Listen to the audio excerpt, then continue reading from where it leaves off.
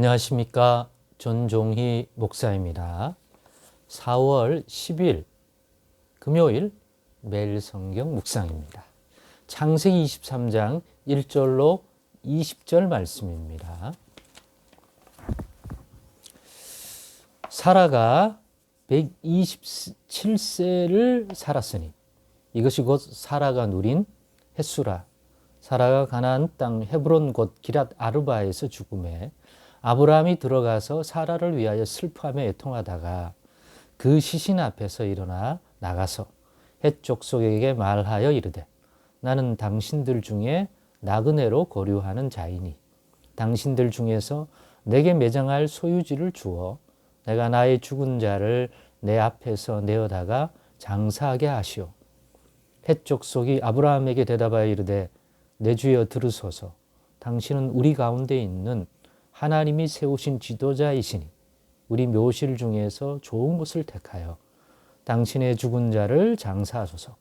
우리 중에서 자기 묘실에 당신의 죽은 자 장사함을 금할 자가 없으리이다.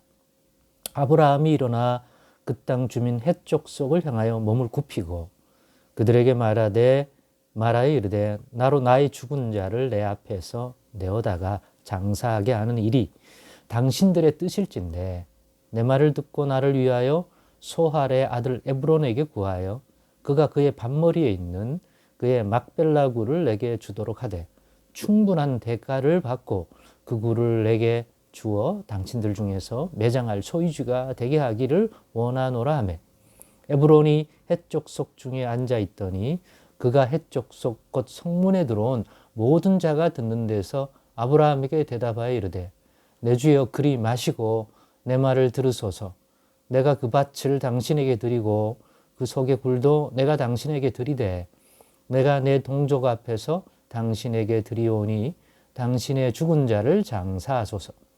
아브라함이 이에 그 땅의 백성 앞에서 몸을 굽히고 그 땅의 백성이 듣는 데서 에브론에게 말하여 이르되 당신이 합당히 여기면 청하건대 내 말을 들으시오.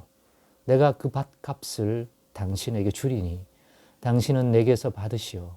내가 나의 죽은 자를 거기 장사하겠노라. 에브론이 아브라함에게 대답하여 이르되 내 주여 내 말을 들으소서. 땅값은 은 400세겔이나 그것이 나와 당신 사이에 무슨 문제가 되리까. 당신의 죽은 자를 장사하소서. 아브라함이 에브론의 말을 따라 에브론이 헷 족속이 드는 데서 말한 대로 상인의 통용하는 은 400세겔을 달아 에브론에게 주었더니 마므레 앞 막벨라에 있는 에브론의 밭 곧 그 밭과 거기에 속한 굴과 그 밭과 그 주위에 둘린 모든 나무가 성문에 들어온 모든 헷 족속이 보는 데서 아브라함의 소유로 확정된지라. 그 후에 아브라함이 그 아내 사라를 가나안 땅 마므레 앞 막벨라 밭 굴에 장사하였더라. 마므레는 곧 헤브론이라. 이와 같이 그 밭과 거기에 속한 굴이 헷 족속으로부터 아브라함이 매장할 소유주로 확정되었더라. 아멘. 네, 오늘은 이 본문의 말씀을 가지고 이웃에게 존중받는 아브라함, 이웃에게 존중받는 아브라함이라는 제목으로 묵상 나눔을 갖겠습니다. 오늘 본문의 이 아브라함은 헷 족속 가운데 거주하고 있습니다. 가나안 땅 헷 족속 가운데. 그래서 오늘 본문에도 자기는 헷 족속 가운데 나그네로 머물고 있다. 이런 표현을 겸손하게 썼습니다.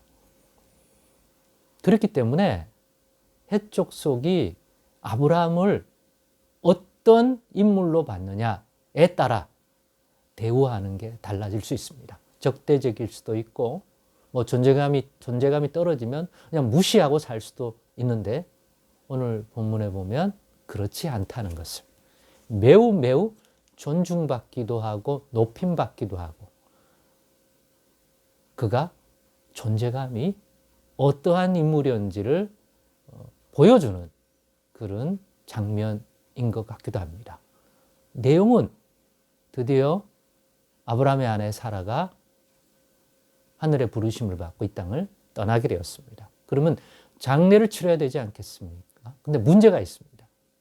이 당시에 장례 문화는 뭐 예수님 당시도 마찬가지지만 그쪽 문화는 굴에다가 그 적합, 그러니까 매장지로 적합하게 사용할 수 있는 그런 굴이 필요하고 그 굴에다가 매장을 하니까 보통 굴이 있으면 굴이 뭐 널린 게 굴은 아니잖아요. 그러면 그걸 묘지로 삼고 거기 혼자만 들어가는 게 아니라 어떨 때는 가족들이 그런 것 같습니다. 그랬기 때문에 아브라함이 땅이 없어서 우리가 하던 요즘은 뭐 매장을 잘 안 합니다만은 우리는 이 땅을 파고 묻지 않습니까? 그런데 이 근동 지역 사람들은 또 이스라엘 사람들은 히브리 사람들은 굴에다가 매장을 하는 거죠. 굴에다가 막아서 매장지로 삼는 거죠. 좀 우리랑 다르죠. 그런데 아브라함이 땅이 없는 게 아니라 하나님이 주신 땅이 있는데 앞에서의 창세기 내용을 보면 아브라함이 거기서 어떤 존재감을 드러내는 일들을 그의 평생에 많이 했습니까? 그 지역의 이른바 왕이라고 부르는 사람들과의 싸움에도 이기고 조카 롯이 소돔성에서 어려움 당할 때 이끌고 가서 승리하고 구해내올 정도로 단순한 인물이 아니었다는 걸 우리는 알고 있습니다. 그렇기 때문에 해족속 가운데서도 그죠? 네. 어느 정도 존중받았느냐 잘 보여주는 장면인 것 같습니다. 근데 문제는 뭐냐면 땅이 없는 게 아니에요. 매장지로 쓸 합당한 굴을 자기가 소유한 그 땅 안에 가지지를 못하는 거예요. 근데 주변은 이웃들은 다 해족속이기 때문에 뭐 자기 친인척이라면 여러 가지 이해관계 속에서 얻을 수 있지만 이웃된 해족속에게는 좀 다르잖아요, 관계성이. 그래서 자기 땅에서 가장 가까운 곳에 있는 해족속의 땅 가운데 적절한 굴이 있었던 것입니다. 그게 막벨라 굴인데 이걸 소유하고 있던 해족속 사람이 바로 누구냐? 오늘 본문에 나오는 그 인물인데요. 그 인물이 바로 에브론입니다. 에브론. 그래서 그거를 요청하기 위해서 해족속의 성을 방문하고 그 요구를 오늘 본문처럼 하게 되는데 그 과정 속에서 해족속이 물론 노년의 아브라함이니까 그동안 어떠한 인물로서 삶으로서 해족속의 땅에 나그네 같은 아브라함이 보는지를 잘 보여주잖아요. 무시 안 합니다. 존중합니다. 당신이 그렇게 요구한다면 그냥 가져가십시오 라고 하는데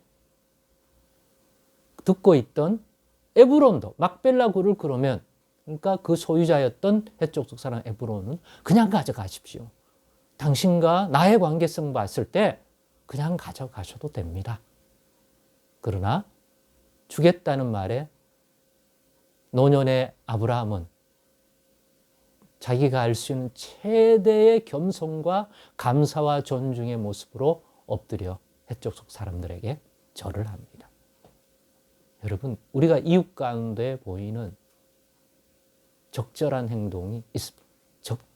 적대적이라 할 때는 상대가 그리스도를 무시하고 적대적일 때 그런 거지.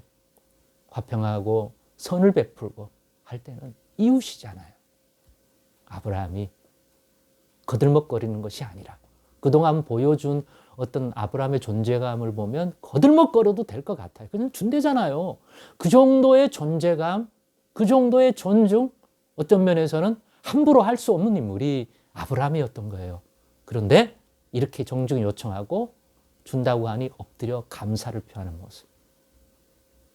그리고 그냥 받지 않고 그 당시에 통용되는 합당한 가격. 주인이, 땅 주인이 결코 손해보지 아니한 그런 가격으로 주고 결국 막벨라구를 얻게 되고 거기에다 사라를 장례하게 되고 매장하게 되는 것입니다. 이것을 보면서 아브라함이 헷 족속 사람들에게 잘난 사람, 대단한 사람으로 인정받았던 것 같습니다. 함부로 절대 알 수 없는 사람. 그래서 거기서 나온 아우라. 그래서 존중할 수밖에 없는.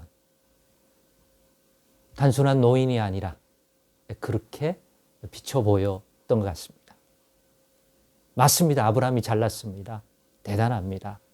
아브라함은 결코 무시할 수 없는 그런 존재로 헷 족속의 땅에 나그네지만 그와 같은 인정을 받고 존중을 받고 있습니다.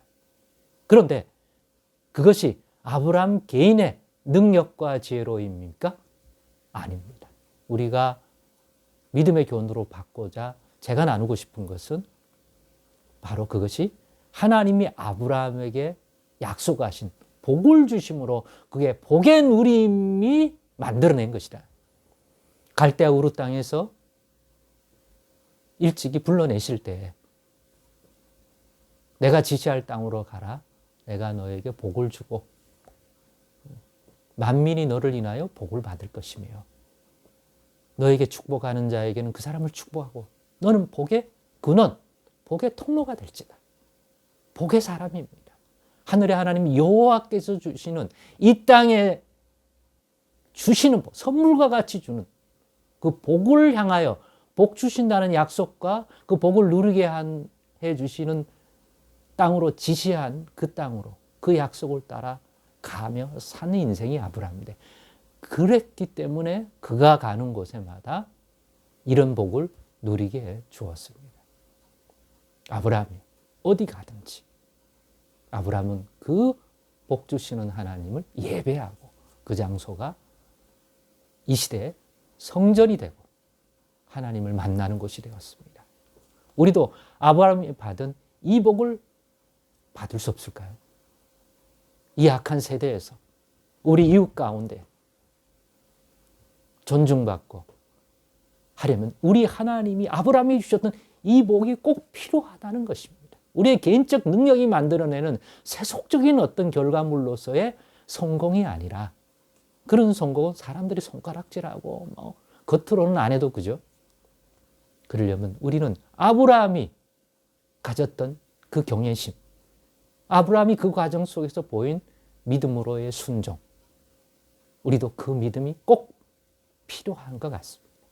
그래서 이걸 보면서 이 믿음 더욱 달라 해서 아브라함의 믿음을 따라 주셨던 이 복, 같은 믿음을 쫓아 살아가기를 원하는 우리들에게도 누리게 해주신다면 우리도 결코 나그네 같은 우리의 남은 생애지만 무시당하는 일은 없을 것입니다. 단지 적그리스도들이 부추겨서 예수를 싫어하니까 예수의 사람된 우리를 싫어하지. 만약 우리가 그들에게 선을 베푸고 했다면 좋은 이웃이라면 분명히 무시 안 하고 존중받을 줄로 믿습니다. 그 복 구하며 사십시다. 그 믿음 더욱 달라고 하십시다. 기도하겠습니다.